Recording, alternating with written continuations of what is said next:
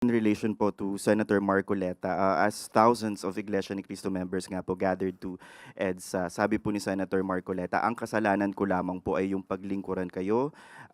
He also warned, ngunit kapag ako ay kanilang inaresto, hindi na po matutuloy yan, yung kanya pong advocacy in fighting corruption and yung sa flood control controversy. Akala po nila ay malilibing na ito sa limot. And he suggested that his possible arrest is also linked to Vice President Sara Duterte's impeachment. Anong sabi niya? Una ay hindi na matutuloy ang kanyang pag-iimbestiga. Ano yung unang Opo, statement? kung siya daw po ay maaresto, hindi na daw po matutuloy yung kanilang investigasyon sa flood control. Yung naunang statement niya. Ang kasalanan ko lamang ay ang paglingkuran kayo, kung kasalanan matatawag yan na humarap sa kanila ang buong tapang para malaman nyo ang totoo.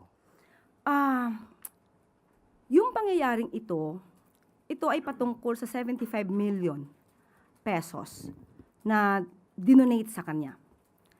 Ang kaso na sa ngayon ay kinakaharap niya ay galing sa kanya mismo ang admissions.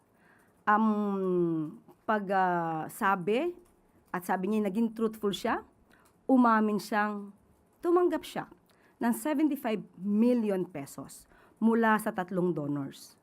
So doon lamang po iikot yung kaso. At sinasabi nila na plunder yung case. Totoo, sinasabi niya na hindi naman pondo ng gobyerno ang di umanong kanyang kinuha. Pero sa plunder law natin, gusto ko lang ipaliwanag din sa taong bayan na sa kasong plunder, nandyan po yung binabanggit na ill-gotten wealth.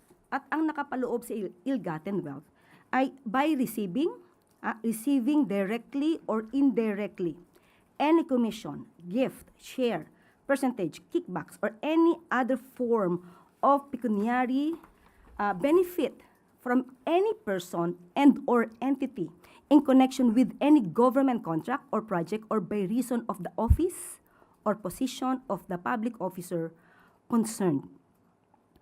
Inamin po niya na tumanggap siya ng 75 million pesos habang siya ay congressman.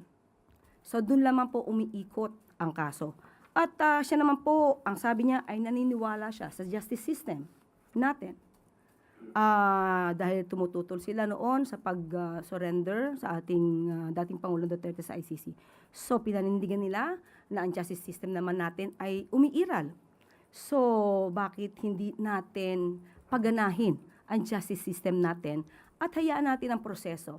Kung ito naman po ay kanyang madedepensahan ng maayos dahil sa kanyang mga ebidensya, mas maganda po na ang hustisya ang siyang humatol, hindi sa pamamagitan ng pagrarally na naaapektuhan ang iba nating kababayan na hindi naman sangkot sa kaso na kanyang kinakaharap.